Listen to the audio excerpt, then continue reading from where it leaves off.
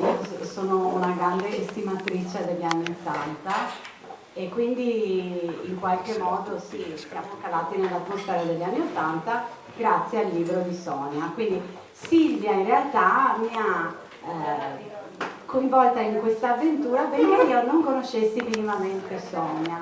In realtà io Sonia l'ho conosciuta una decina di giorni fa, ma quando l'ho incontrata di persona mi pareva di conoscerla da una vita.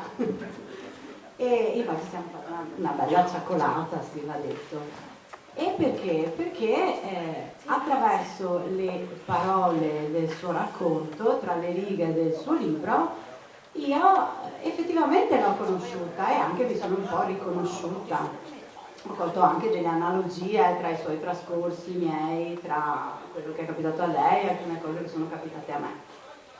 E perché vi dico questo? Perché questa secondo me è l'introduzione ottimale, ideale per il tema che andremo a trattare, cioè di come la narrazione che un artista, un autore fa di sé attraverso la propria opera, che può essere letteraria come in questo caso, musicale, visiva, arrivi al lettore, all'ascoltatore, il quale attraverso l'opera si riconosce, non solo conosce l'artista, ma anche ci si riconosce e instaura anche a volte con esso un vero e proprio legame, proprio come è successo a Sonia. E quindi adesso lei ce lo racconterà, però non voglio entrare nel vivo del racconto senza prima fare la marzellata, cioè la domanda di rito, anche perché questa domanda in realtà riguarda, va a toccare un periodo che secondo me è davvero particolare, per usare un grande eufemismo, e che ha segnato pesantemente la vita di tutti noi. La domanda è: come e soprattutto quando ti è venuta l'idea e poi hai realizzato la scrittura di questo libro? Cominciamo da qui. Ciao a tutti, grazie per essere venuti qua questa sera. Sono emozionatissima, però dopo mi scaldo. E allora io, dunque, eravamo in chiusura forzata. Quella che gli altri chiamavano lockdown. Chiusura forzata. Quindi ero sul divano e stavo guardando le foto di Mark nel mio negozio. E ho detto, ma guarda, ma perché non raccontare? Siccome in quel periodo tanta gente stava male, perché tanta gente stava senza lavoro, era demotivata, era un periodo un po' infelice per tante persone. Quindi a me è balzata l'idea di scrivere di scrivere il mio sogno che ho realizzato quando Mark è venuto nel mio negozio, in modo da trasmettere un messaggio.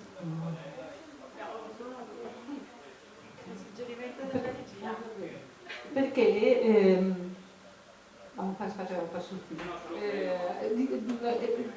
per trasmettere un messaggio di incoraggiamento nel mantenere vivi i propri sogni, perché solo mantenendoli vivi e nutrendoli tutti i giorni i sogni si possono realizzare, bisogna crederci.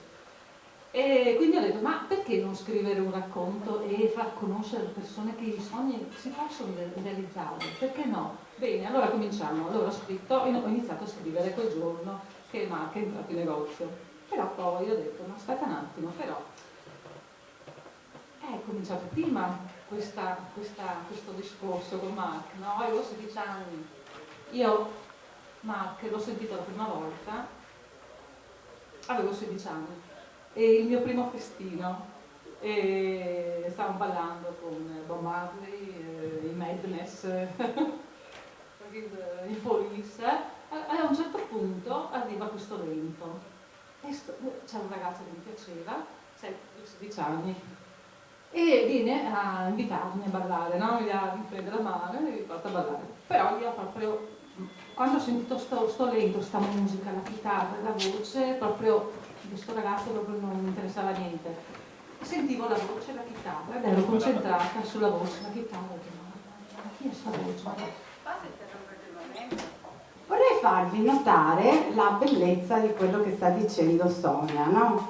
Cioè immaginate questo 1981 scantinato, poster di Bob Marley col trombone, patatine, birrette, no? Tutti questi adolescenti, spuzza da suoro, ormoni, le prime tocciate, queste cose qua, no? E Sonia al primo approccio, no? Al primo ballo, al primo così strusciamento, e lei a cosa pensa? Sto povero cane di sto ragazzo, zero proprio, no, lei sente le note di Romeo e Juliet. Romeo e Juliet. Se volete facciamo sentire un pezzetto. Certo.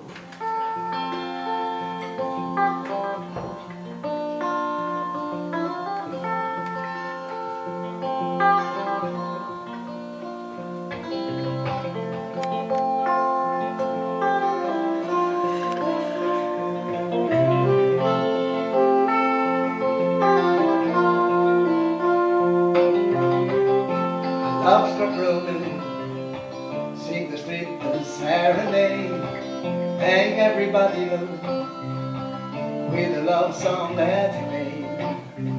Find the street lamp, steps are up the shades, and something like you and me, babe, how proud.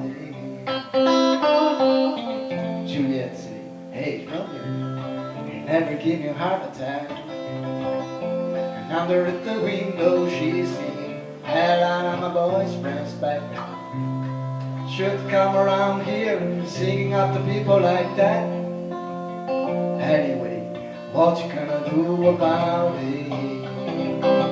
Juliet, the dice was loaded from the start, and I bet, and you exploded in my heart, and I forget the movie song. When you gonna realize it was just the time was wrong, Juliet?